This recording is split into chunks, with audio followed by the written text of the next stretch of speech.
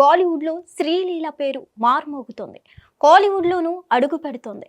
నేటి తరంలో అరుదైన ఎనర్జీ, డాన్స్ స్కిల్ ఉన్న ప్రతిభావంతురాలిగా శ్రీలీలకు గుర్తింపు దక్కింది. ఈ భామ తదుపరి రాబిన్ హుడ్తో ప్రేక్షకులను అబ్బురపరచనుంది. ఈ సినిమా తన కెరీర్లో గొప్ప వినోదాత్మక చిత్రమని శ్రీలీల చెప్తుంది.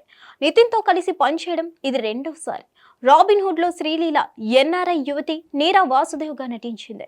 అందం, ఆకర్షణ, విచిత్రాలతో నిండిన నీరా ఈ ప్రపంచం తన చుట్టూ తిరుగుతుందని నమ్ముతుంది. ఇలా ఊహించుకుంటూ ఆనందంగా గడిపేస్తుంటే అప్పుడు తనకు ఎదురైన వాడు ఎలాంటివాడు అన్నది తెరపైనే చూడాలి.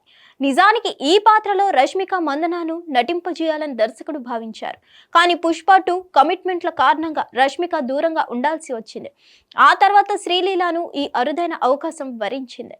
ఆసక్తికరంగా రష్మిక నటించిన పుష్ప 2లో శ్రీలీల కిసిక్ అనే ప్రత్యేక గీతంలో నర్తించిన సంగతి తెలిసిందే.